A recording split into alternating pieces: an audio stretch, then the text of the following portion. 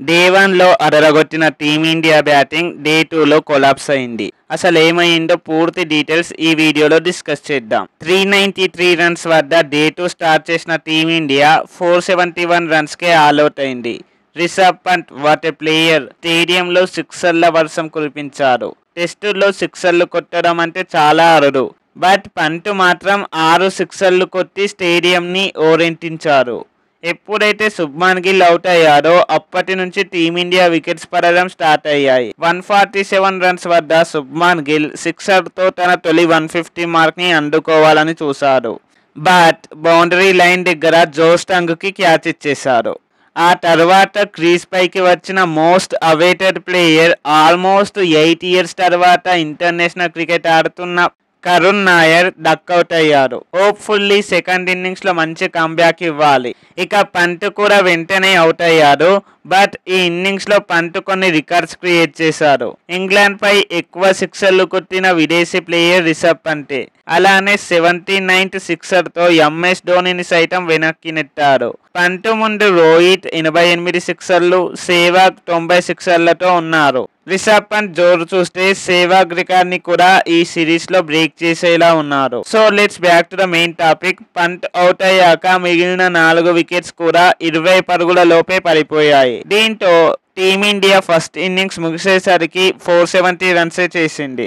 Day 1లో టుస్సు అన్న England bowlers day 2లో మాత్రం కంబ్యాక్ ఇచ్చారు. బెన్ స్టోక్స్, జో స్టాంగ్యూ చెరో 4 వికెట్లు, బ్రీడన్ కార్స్, షోయిబ్ బసిట్ చెరో 1 వికెట్ తీశారు. వర్షం వల్ల సెకండ్ ఇన్నింగ్స్ కాస్త లేట్గా స్టార్ట్ అయింది. బూమ్రా ఫస్ట్ ఓవర్లోనే క్రాలీ వికెట్ తీసి టీమిండియాకి మంచి బ్రేక్ త్రో అందించారు. బట్ ఆ తర్వాత వచ్చిన ఓలీ పాప్, బెన్ డకెట్తో కలిసి ఆ సెషన్ మొత్తం డామినేట్ చేశారు. ఇద్దరు 50లతో రెచ్చిపోయారు. ఇక డే 2 లాస్ట్ సెషన్ స్టార్ట్ అయింది. ఇంగ్లాండ్ స్కోర్ 100 దాటింది.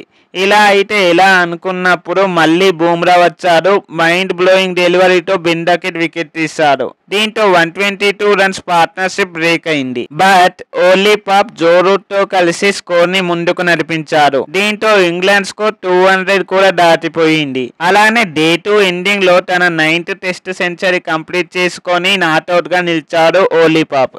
మరోవైపు బూమ్రా రూట్ని అవుట్ చేసి టీమిండియాకి మరోసారి బ్రేక్ తో అందించారు. ఇన్ఫ్యాక్ట్ డే 2లో లాస్ట్ ఓవర్లో కూడా చాలా ఉత్కంఠగా సాగింది.